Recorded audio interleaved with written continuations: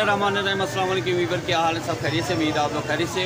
अल्हम्दुलिल्लाह मैं भी खैरियत से। आप मेरा यूट्यूब चैनल देख रहे हैं शहजादा's फूड। आज मैं आपको लेके आया हूँ एक यूनिक और ज़बरदस्त सी रेसिपी बनाएंगे आज। कच्ची मूंगफली को भुनाई किसी तरह की जाती है, सब लोगों ने लास्ट तक देखना। उम्मीद है आपको ये पसंद आएगी। तो मैं शॉप पर आ गया हूँ, भाई से बात हो गई है, तो आपको दिखाते हैं कि कच्ची मूँगफली को तैयार कैसे करते हैं और उसको तैयार करने के लिए किन चीज़ों की ज़रूरत पड़ती है और कितनी देर में तैयार होती है और किस तरह खस्ता और करारी होती है।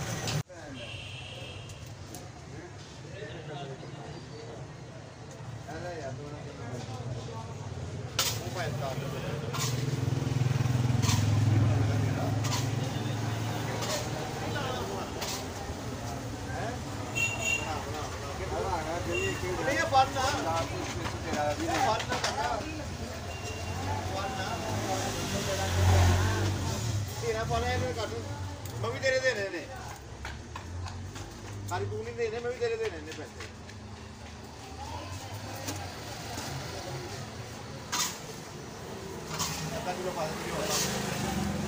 अभी लाइन गरीबी खराब ही होगी।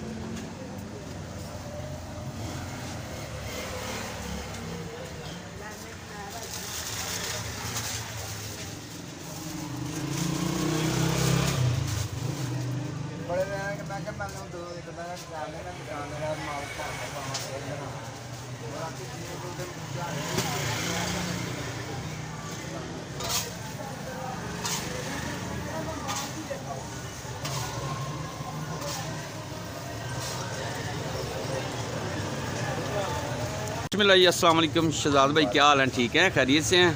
आज आपने मुझे बताना है कि मूंगफली तैयार कैसे होती है और कहाँ से आप लोग लेके आते हैं और इसको भुनाई किस तरह करते हैं।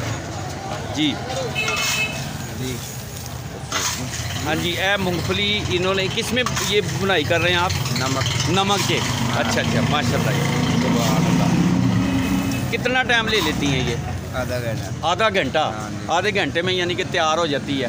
फिर इसके बाद खस्ता इसी तरह होती है कि आप इसको तैयार करते हैं तो फिर तैयार करके खस्ता होते हैं। तो कहाँ से लेके आते हैं आप? एक गुजर खां की मूंगफली, अच्छी खाने वाली गुजर खां की है। क्या ही बात है, क्या ही बात है।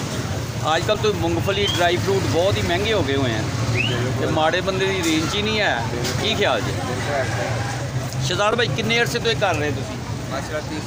30 साल तो। माशाल्लाह जी माशाल्लाह। ये अड्डा कितनी देर तो है? 30 साल तो ये अड्डा है। सुभान अल्लाह, सुभान अल्लाह। लो जी, ये इन्होंने ना, ये नमक है, नमक में तैयार कर रहे हैं आप। और ये जब तैयार हो जाती तो आपको पता चल जाता है कि ये अब खस्ता हो गई है। माशाल्लाह जी, क्या ही बात है, माशाल्लाह जी। अच्छा, मैं आपको दिखाता हूँ। अब अपनी दुकान का विजिट भी करवाते हैं। उतनी देर में ये तैयार हो जाएगी तो फिर मैं आपको ये दिखाता हूँ कि ड्राई फ्रूट, माशाल्लाह, क्या ही बात है। शहजाद भाई, तुसी मैनूं थोड़ा जिहा टाइम दिओ ते दसो मैनूं कि यह जिहड़ा पिस्ता है ये चाइना है या कित्थों दा? ये अपना आस्ट्रेलिया दा। अच्छा जी, गोल्डन। माशाल्लाह जी, क्या ही बात है। और काजू? इंडिया का। अच्छा। और बादाम? अमेरिकन के, देसी गरी अमेरिकन। क्या ही बात है, क्या ही बात है, माशाल्लाह। अच्छा, बच्चों के पापड़ छापड़ भी रखे ने, ये भी करी दे ने? इंज ही भेज दी दे ने या तैयार करके? ते सौगी जी पाकिस्तानी भी होंगी है? सुंदरखानी चाइना आस्ट्रेलिया। अच्छा जी, माशाल्लाह जी माशाल्लाह, क्या ही बात है। तो मूंगफली नूं टाइम अद्धा घंटा लग जाता है। बस हुण तैयार हो। हुण कौन कर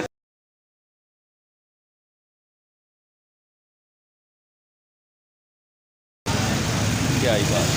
अच्छा, ये हुण चेक करोगे तो पता चल जाएगा। तैयार हो। अच्छा जी, ये तैयार है? तैयार हो। क्या ही बात है, क्या ही बात है, माशाल्लाह। हुण इनूं तुसीं कट के ते फिर इनूं कवर काहे लई कर दिंदे हो?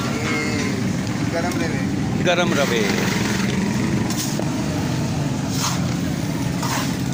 अच्छा, ये अब आपने तैयार हो गई है।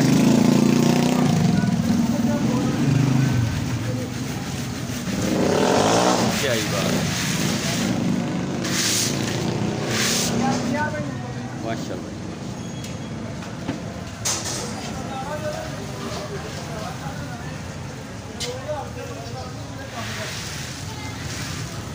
ਹੁਣ ਇਹਨੂੰ ਕਵਰ ਕਰਕੇ ਰੱਖ ਦਿਓਗੇ कि गरम गरम रहे।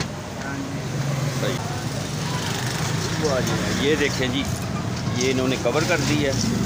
ये देखें जी, बिस्मिल्लाह जी, माशाल्लाह। ये देखें, आज आपको मैंने दिखाया कि मूंगफली तैयार कैसे और खस्ता कैसे होती है। ये एक ट्रिक है, एक तकनीक है। उम्मीद है आपको ये वीडियो पसंद आएगी। अपना और अपनी फैमिली का ख्याल रखें। मेरी वीडियो अच्छी लगे सब्सक्राइब, लाइक और शेयर ज़रूर करें। तो नेक्स्ट वीडियो में आपसे मुलाकात होगी, तब तक के लिए अल्लाह हाफिज़।